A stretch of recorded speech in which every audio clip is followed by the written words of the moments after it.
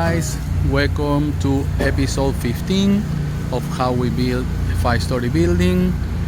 Here we are with the update.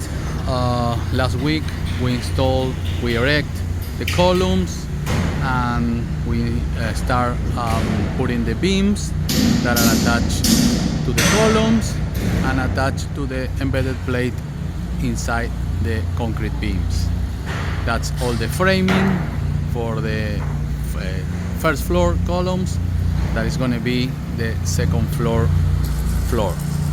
After that, now we start installing the metal deck on top of all this structure, and once we have this metal deck, concrete is going to be poured on top of that.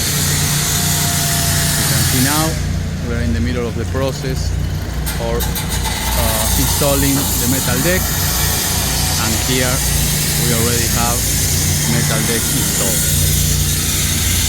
After that, we are going to keep going with the walls, the second floor, and repeat this process. Here you can see the metal deck on top of the welder, welding metal deck. So you're going to see more in upcoming videos.